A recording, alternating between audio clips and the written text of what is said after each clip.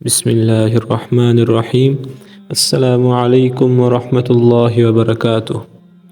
آج ہمارا موضوع بد نظری کے نقصانات اور بد نظری سے حفاظت کے خاص انعام۔ جب آپ حفاظت کریں گے تو آپ کو جو انعام ملیں گے وہ، اور جو اگر آپ بد نظری کریں گے اس کے نقصانات کیا ہیں وہ اس ویڈیو میں آپ کو بتائے جائیں گے۔ اس وجہ سے آپ سے گزارش ہے کہ اس ویڈیو کو پورا دیکھیں اور اس پر عمل کر کے اپنی زندگی میں جو یہ بد نظری کی غلاظت ہے اس کو دور کریں۔ چلیں شروع کرتے ہیں۔ بد نظری سے انسان کے اندر نفسانی خواہشات کا طوفان اٹھ کھڑا ہوتا ہے اور انسان اس سیلاب میں بہہ جاتا ہے۔ اس میں 3 بڑے نقصان وجود میں آتے ہیں۔ بد نظری کی وجہ سے انسان کے دل میں خیالی محبوب کا تصور پیدا ہو جاتا ہے۔ حسین چہرے اس کے دل و دماغ پر قبضہ کر لیتے ہیں۔ وہ شخص چاہتا ہے کہ میں اس حسین و شکلوں تک رسائی حاصل نہیں کر سکتا، مگر ان کے باوجود تنہائی میں ان کے تصور سے لطف اندوز ہوتا ہے۔ بعض مرتبہ تو گھنٹوں اس کے ساتھ خیال کی دنیا میں باتیں کرتا ہے۔ معاملہ اس حد تک بڑھ جاتا ہے کہ تم میرے پاس ہوتے ہو گویا جب کوئی دوسرا نہیں ہوتا۔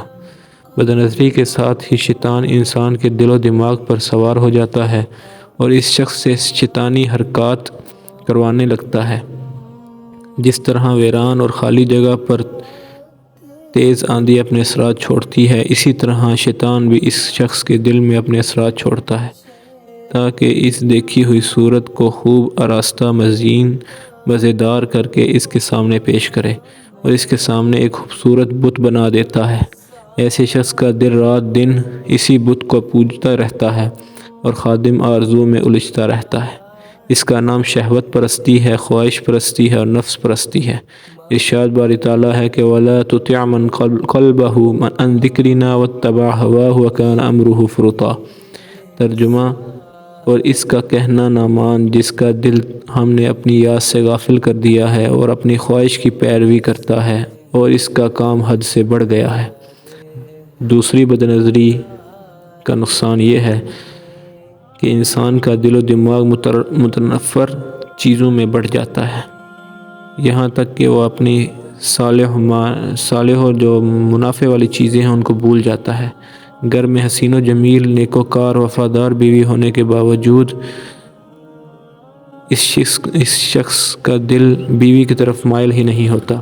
بیوی اچھی نہیں لگتی، ذرا سی بات پر الجھتا ہے، گھر کی فضا میں بے سکونی پیدا کرتا ہے، جبکہ یہی شخص بے پردہ گھومنے والی عورتوں کو للچائی نظروں سے دیکھتا ہے، جس طرح شکاری کتا اپنے شکار کو دیکھتا ہے۔ بس بعض اوقات تو اس شخص کا دل کام کاج میں بھی نہیں لگتا۔ اگر طالب علم ہے تو پڑھائی کے سوا ہر چیز اچھی لگتی ہے، اگر تاجر ہے تو کاروبار میں دل نہیں لگتا، کئی گھنٹے سوتا رہتا ہے مگر پرسکون نیند سے محروم رہتا ہے۔ دیکھنے والے سمجھتے ہیں کہ سویا ہوا ہے جبکہ وہ خیالی محبوب کے تصور میں کھویا ہوا ہوتا ہے۔ بد نظری کا تیسرا بڑا نقصان یہ ہے کہ دل حق و باطل اور سنت و بدعت میں تمیز کرنے سے عاری ہو جاتا ہے۔ مطلب حق اور باطل میں اگر تمیز نہیں کر پائے گا تو دین سے دور ہو جائے گا، اگر سنت و بدعت میں تمیز نہیں کر پائے گا تو دین سے دور ہو جائے گا۔ تو تیسرا نقصان یہ ہے کہ وہ دین سے دور کس وجہ سے ہوگا کہ حق و باطل اور سنت و بدعت میں تمیز نہیں کر پائے گا۔ قوت بصیرت چھین جاتی ہے، دین کے علوم سے محروم ہو جاتی ہے، مگر دین کا علم آپ کے سینے سے نکل جاتا ہے۔ اگر حافظ ہے تو اس کے دل سے بد نظری کی وجہ سے قرآن پاک نکل جائے گا، گناہ کا کام اس کو گناہ نظر نہیں آتا، پھر ایسی صورت حال میں دین کے متعلق شیطان اس کو شبہات میں مبتلا کر دیتا ہے۔ اسے دینی نیک لوگوں سے بدگمانیاں پیدا ہونے لگتی ہیں، نیکوکار جو لوگ ہوتے ہیں ان سے یہ نفرت کرنے لگتا ہے، حتیٰ کہ اسے دینی شکل صورت والے لوگوں سے بھی ہی نفرت ہو جاتی ہے۔ جو علماء حضرات ہیں، داڑھی رکھی ہوئی ہے، دین پر چلنے والوں سے اس کو محبت نہیں رہتی، نفرت ہو جاتی ہے۔ کتنا بڑا نقصان ہے۔ وہ باطل پہ ہوتے ہوئے بھی اپنے آپ کو حق پہ سمجھتا رہتا ہے۔ بالآخر ایمان سے محروم ہو کر دنیا سے جہنم میں چلا جاتا ہے۔ اللہ ہم سب کی اس غلاظت سے حفاظت فرمائے۔ سب کہہ دیں آمین۔ جو شخص اپنی نگاہوں کی حفاظت کر لے اسے آخرت میں 2 انعامات ملتے ہیں۔ اب انعامات کی بات کرتے ہیں۔ پہلے تو آپ کو نقصانات بتائے۔ پہلا انعام یہ ہے کہ ہر نگاہ کی حفاظت پر اسے اللہ تعالیٰ کا دیدار نصیب ہوگا۔ سبحان اللہ۔ ایسی آنکھیں قیامت کے دن رونے سے محفوظ رہیں گی۔ سبحان اللہ۔ حدیث پاک میں آیا ہے کہ نبی اکرم صلی اللہ علیہ وسلم نے ارشاد فرمایا کہ ہر آنکھ قیامت کے دن روئے گی سوائے اس آنکھ کے جو خدا کی حرام کردہ